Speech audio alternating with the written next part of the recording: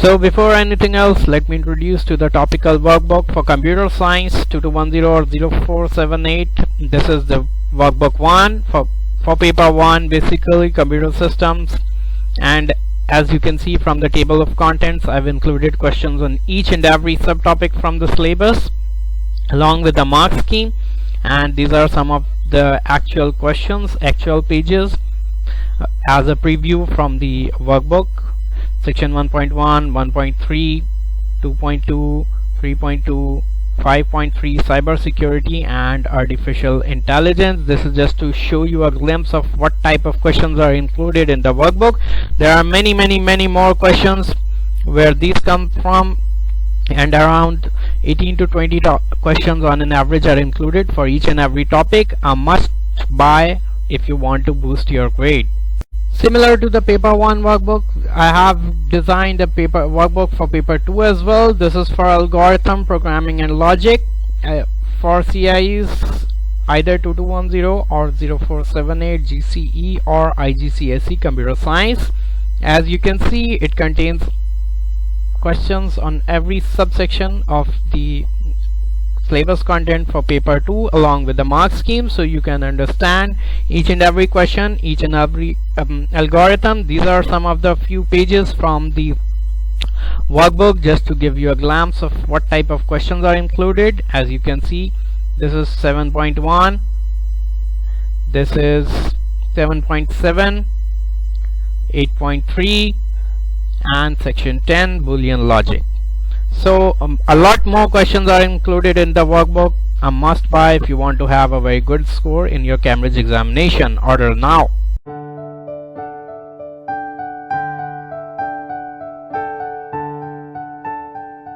Assalamu alaikum warahmatullahi wabarakatuh.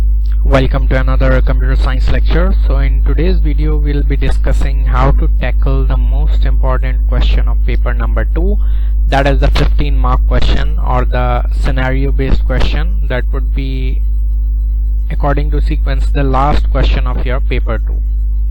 Now first of all, let's discuss the marks distribution. The 15 marks question would be based on an unseen scenario. Before, they used to send the scenario 3 months ago by the name of PRM, pre-released material.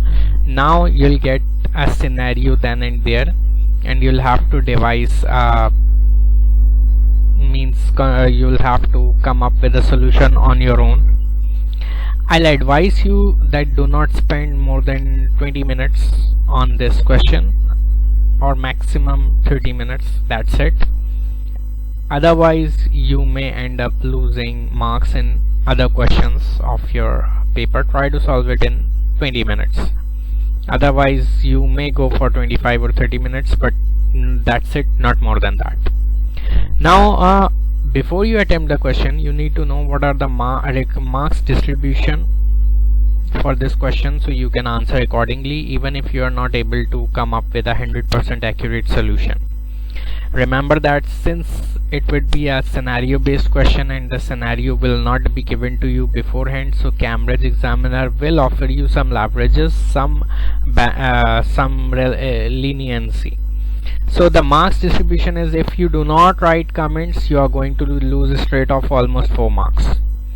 Out of 15, you'll not get more than 10 or 11 if you have not commented on your solution, or if you have not given proper comments and have just written 1 or 2 comments in your whole program.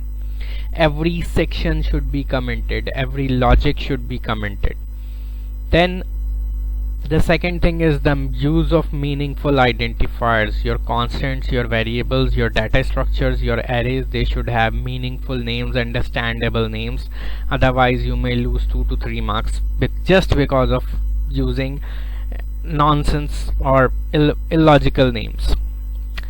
Then following instructions, or you can say the requirements that would be given to you in form of bullet points in the question. You should follow each and every of those instructions. If the examiner says do not initialize the variables that are given to you, then please don't do it. Otherwise you are going to end up, examiner is going to think the student is blind, he did not read the question, and you'll lose 2 or 3 marks. So always read the question carefully, give it 3 to 4 minutes, underline the important things, plan your solution, and then start attempting it so that you may not miss something out of it. Following a logical sequence. If the examiner has asked you to find let's suppose has asked you to write a program that inputs 50 numbers, and then you have to find the total for them, the average for them, the smallest and the maximum number, the smallest and greatest number out of the range, then please do not find the you can say please do not write your program with using a wrong sequence. Follow a logical sequence. Like first of all, you'll run a loop to input 50 numbers, then you'll inside the loop you'll total them, then outside the loop you'll calculate the average, and then in the examiner's given sequence or a logical order, first of all you'll print the maximum and minimum number out of the range, then the total, and then the average. Do not mix things up. Examiner is not your servant. He'll check it according to his criteria, and saying that I have written a complete solution, just the order is up and down, will not get you full marks. Proper use of programming techniques. File handling if required, string handling if required, use of library routines or you can say specific functions such as or pre-written functions such as div, mod, round, int means integer function, random, these type of functions. These should be utilized properly, or basically the actual solution, the actual code you'll be writing, that would be worth around 5 to 6 marks. And all of these together would contribute towards you scoring a perfect 15 out of 15. If you do not follow these or a marks distribution, then you are going to end up losing your marks, and ultimately that would affect your P2 grade and overall computer science grade. If you have any questions regarding these marks distribution, you can comment them below, and I'll be sure to reply them. Okay, now moving on to a sample question. I have taken this from the Horder workbook for computer science O levels. The one-dimensional array staff name contains the name of staff in a department, and another one-dimensional array by the name of staff phone contains the phone number for members of staff. A final one-dimensional array staff office contains the staff location for the members of the staff. Now let me just change to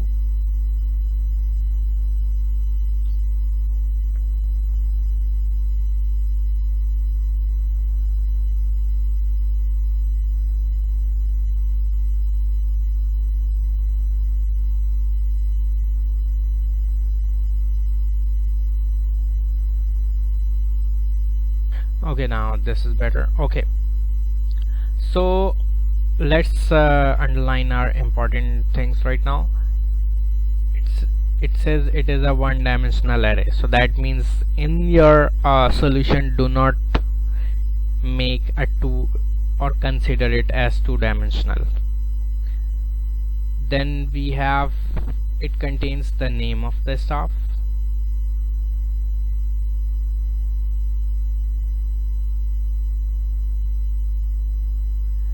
Then we have another staff phone that contains the phone number of the staff, and then we have another one that contains the office locations for staff. The position of each member of staff's data in the 3 array is the same. For example, the number of staff in position 5 and staff office is the same. Now let me explain to you by drawing a table, in fact 2 different tables. Now let's suppose we have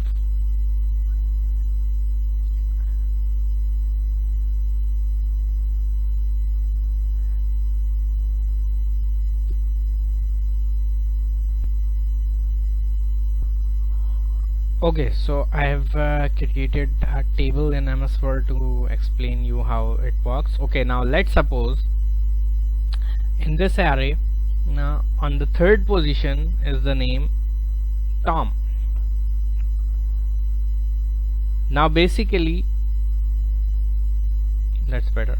Now this line, that the position of each member in the three array is the same, means that if on the third position in the staff name is the name Tom, then on the third position in the staff phone would be Tom's phone number 123 whatever it is, and on the third position in the staff office would be the office location for Tom, let's suppose New York or whatever. Yeah, okay, let's go with New York. And this means that these three separate arrays are linked together by their positions, by their counter variables or count or index numbers. Now coming back to our question, write a program that meets the following requirements. Now remember, following these requirements, following these guidelines is a must, otherwise you'll lose your marks. Use procedures. Now over here, this is your first instruction. If you write your solution without using procedures, you are going to lose at least 2 to 3 marks. To display a list of staff phone numbers and names. Now your answer, the procedure you make, if it would include any third thing, for example you include a staff office as well, it will not score you any marks because it is not required. But if it doesn't include any one of these two, you will lose 1 or 2 marks. In alphabetical order, again, if you print the list as it is without considering alphabetical order, you would lose your marks. Use a procedure. Now this was the first bullet point, this is the second, so it means the examiner wants you to make another procedure. Do not use the same procedure and amend it. To display all the details for a member of staff with the name used as the parameter. That means you have to use a procedure with parameter for this question. Do not make a simple procedure. Then you have to make another procedure to update details of member of staff with name used as a parameter. Now what is the meaning of update details of member of staff? It means that when you enter a name, for example Tom, then your program should give you option to edit his phone number in the second array and his office location in the third array. You must use program code with local and global variables. Now it means that when you make these three procedures, you have to utilize 1 or 2 local variables in those procedures, otherwise again you know the drill, you'll lose marks. Plus overall in your program there should be some global variables. And add comments, see, which we just discussed. If you do not write comments, 4 marks are gone, tata bye bye. So this is how you break up the question and understand it. Read it 5 times even if you have to, but please don't make any silly mistakes. Read it very calmly and take out important points very calmly, because you would not want to lose your marks. Now coming to the solution, I have already basically prepared a solution. So now what you need to do is, every program can be generally divided into 3 to 4 sections. The first one is the initialization of variables or declaration of variables, then initializing them means setting their values. The third one can be taking inputs. Fourth one can be running different processes, making functions, running loops, or applying conditional statements, and the final section can be displaying the output. So first of all, here is our first comment, declaration of variables. Now over here the staff name, the staff phone and the staff office array is already given to you. Do not initialize them, do not declare them. They are already given, they already have some data in them, so do not try to declare arrays again. Over here we simply need variables. Now which variables do we need? We are going to need a count to run the loop. Whenever we are dealing with our array, we need count. So here is count as integer. Then we need an integer as option. You'll get to know what to do, why I have included an variable by the name of option when we get to the last part. And we need an array of data type string as name, so that the user can enter name for the second and third procedure. After declaration of variables, we are going to start our first procedure to sort array in ascending order. This one, staff phone and names should be displayed in alphabetical order of staff name. So how we are going to do this? We are simply going to apply bubble sort over here. Now remember that we'll have to simultaneously apply bubble sort on both of these arrays, staff name and staff phone, because if you only sort this array, that means that all the members which you have sorted will have wrong phone numbers written in front of them. Let's suppose this is Ali and this is let's suppose John, for example. Now and these are their phone numbers, for example. Now if you only apply sort to this one, then what would happen? What would happen is that Ali would come over here, then would come John, and then there would be Tom, but their phone numbers would be all wrong. What you need to do is, whenever you are making a swap, whenever you are sorting the names, you'll also have to sort their phone numbers accordingly as well, or swap their places as well, something like this, so that they'll have their correct phone numbers and office location all together. But right now we are not concerned with staff office, so we can ignore this one, and we are just going to be correcting, or you can say sorting these two arrays simultaneously. So let's start our procedure. Sort staff name and phone. Why this name? Because our procedure, our functions and each and everything should be meaningful. You cannot just randomly call it as procedure 1, procedure 2 and procedure 3. Now for bubble sort we need a flag, so we declare it. Now these are the local variables as they are inside the procedure. We will not be needing the variables for bubble sort anywhere else in the program, so better make them local variables. Then we are going to declare two temporary variables, one for the name and one for the phone number, as we'll have to make changes to both the arrays simultaneously. Now here is our second comment algorithm for bubble sort to sort the two arrays of name and phone numbers. Now keep in mind the examiner has not asked us to display office location in alphabetical order, so I have not included that in the solution. If you want, you may declare another variable temp of location, and you may change the order of all three arrays. Now we'll start our bubble sort. Repeat flag for count 0 to length staff name. Why this? Why am I not writing a value for this? Because in the question it is not given what is the length of staff name, so I am forced to in pseudocode apply this what you can say this function in order to find what is the length of the array staff name, so that the loop can run that many times. If a staff name, this is the standard loop for bubble sort, that if a staff name is greater than a staff name count plus 1, means if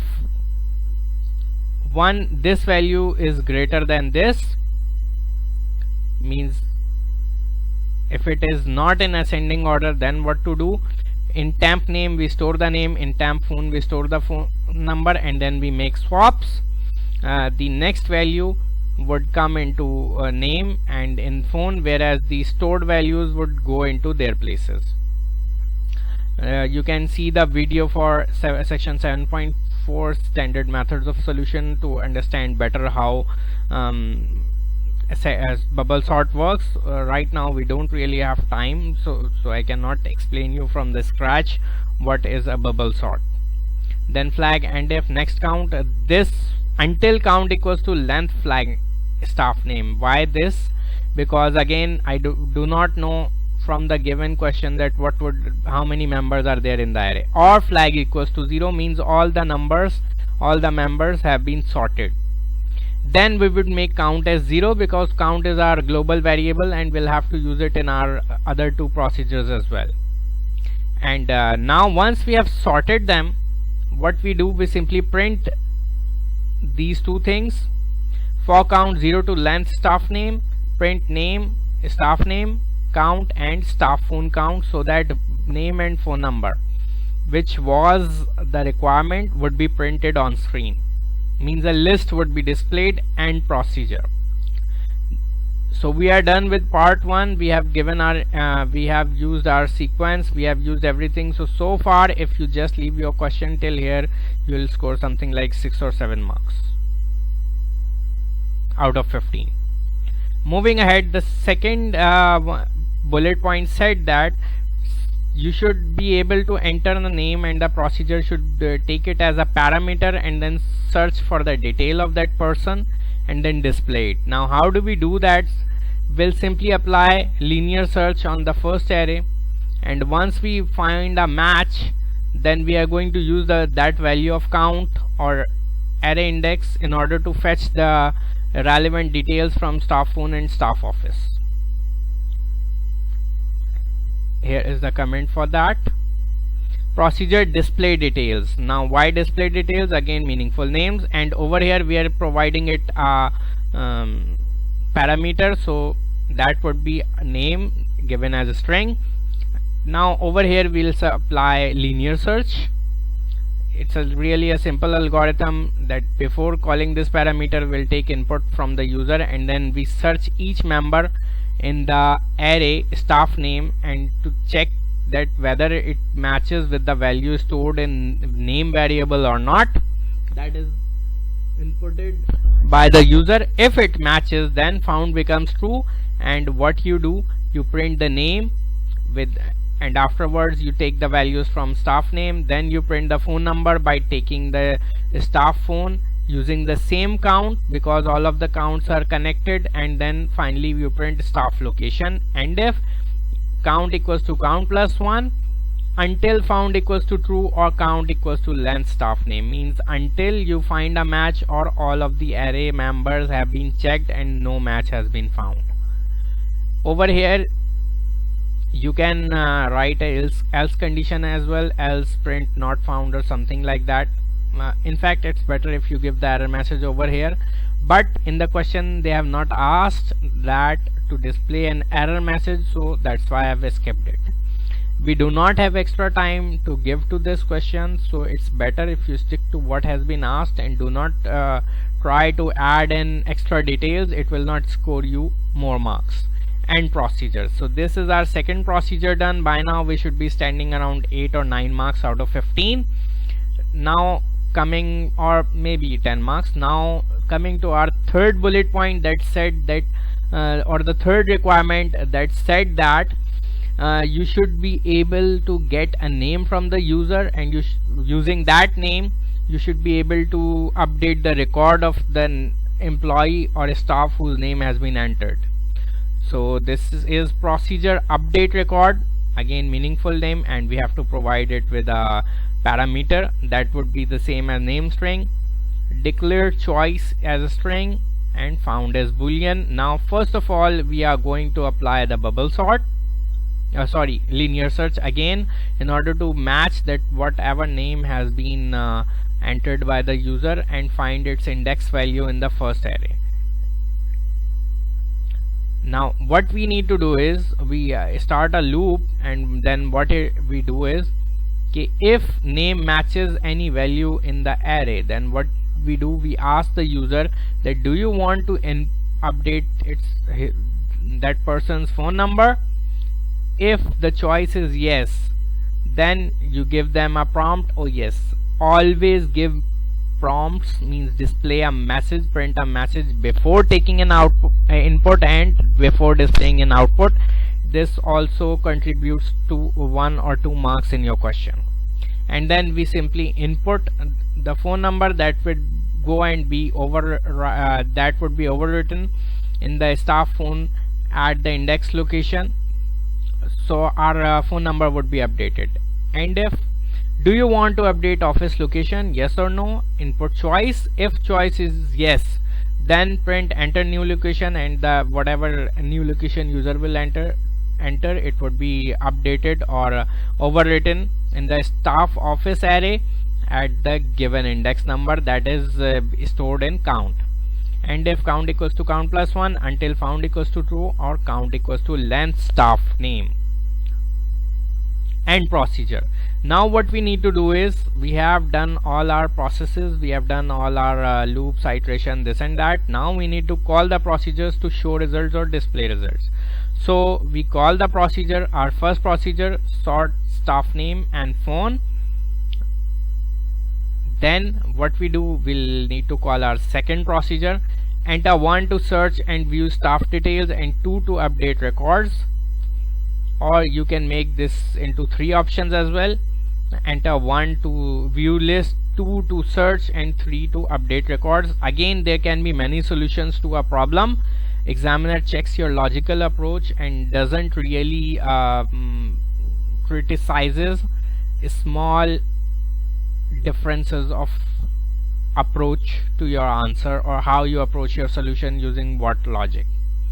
Examiner even overlooks minor sequence syntax errors as well, if given that your logic is very strong. Input option, if option equals to 1, then print enter staff name and will take the name to be used as parameter. Then we call our second parameter display details and pass the name variable as parameter to it. Else if option equals to 2, means if the examiner wants if the user wants to update record, then we simply again we ask for the username of staff name to be used as parameter, and then we simply pass it on to our third procedure, that was update record. By using the call keyword, we call it and pass name as the parameter. We open 2 ifs, so we simply end if, and we do not have any unclosed loop or unclosed conditional statement, so we simply overall end our algorithm by writing an end. And this is the type of solution, fully commented, proper sequence, instruction followed, that would get you a 14 or 15 mark in your answer. So as you can see, we have utilized around 5 to 6 minutes in our initial discussion about marks distribution as well. And if we minus that, we have discussed or derived this solution in around 20 minutes. So I'll advise you to do the same and do not spend more than 20 minutes on this question.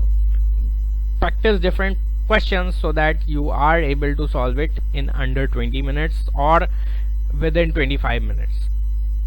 I hope you have understood everything. I'll inshallah make more videos of example questions as well for 15 marks. Please do give your comments. I'll see you guys in the next video. Take care. Allah Hafiz.